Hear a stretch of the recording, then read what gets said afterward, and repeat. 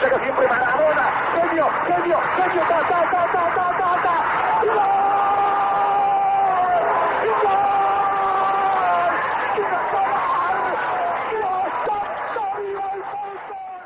gol. Le football a eu souvent mauvaise presse depuis la fin du XIXe siècle parce que c'est un sport, avec quelques autres, par exemple le cyclisme ou la boxe, qui a accepté très tôt le professionnalisme. C'est un professionnalisme que l'on tente d'abord de régler, dont on tente de gommer certains abus. En Angleterre, où il commence, eh bien, il y a un salary cap, c'est-à-dire un niveau de salaire que l'on ne peut pas dépasser et qui correspond à peu près à 1, 2, 3, 4 fois parfois le salaire d'un ouvrier qualifié. C'est le même système qui est repris en France lors de l'instauration du professionnalisme en 1932. Sauf que les clubs trouvent évidemment toujours quelques manières de rétribuer par des primes de match, par l'achat d'automobiles, etc. Et qu'on trouve des pays aussi où les salaires des footballeurs commencent à défrayer la chronique. Ainsi, Raimundo Orsi, qui était la star de la Juventus, au début des années 30, gagne environ 7 à 8 000 lire, soit 7 à 8 fois le salaire d'un magistrat ou d'un professeur d'université, profession mal rétribuée, on le sait.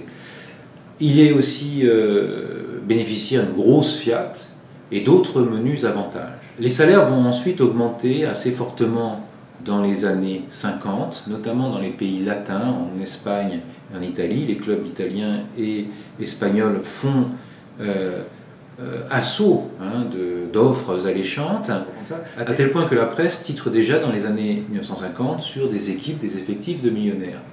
Un Raymond Kopa qui, au début des années 60, dénonce l'esclavage que serait le métier de footballeur en raison d'un contrat qui n'est pas à temps, un contrat dont finalement la fin dépend du bon vouloir des dirigeants, eh bien un Kopa gagne déjà beaucoup d'argent à Reims, au Real Madrid.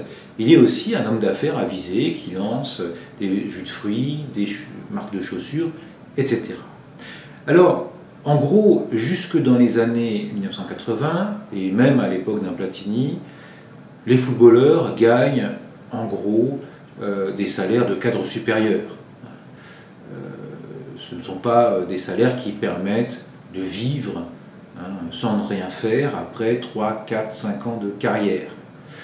Les choses changent véritablement en fait à partir des années 90 et 2000 et la principale cause c'est évidemment la télévision. L'inflation des droits télé fait que les clubs ont davantage de ressources, se concurrencent davantage sur le marché des transferts et puis il y a aussi une autre chose qu'il faut prendre en compte, c'est l'évolution de la société. C'est qu'avec la révolution libérale des années 80, des écarts de plus en plus grands entre le salaire des ouvriers ou des employés et le salaire des patrons semblent être acceptés. Et de ce point de vue-là, lorsque un Zinedine Zidane gagnait déjà dans les années 2000 800 fois le salaire d'un smicard, c'est quelque chose évidemment qui est à rapprocher des salaires des grands patrons d'aujourd'hui.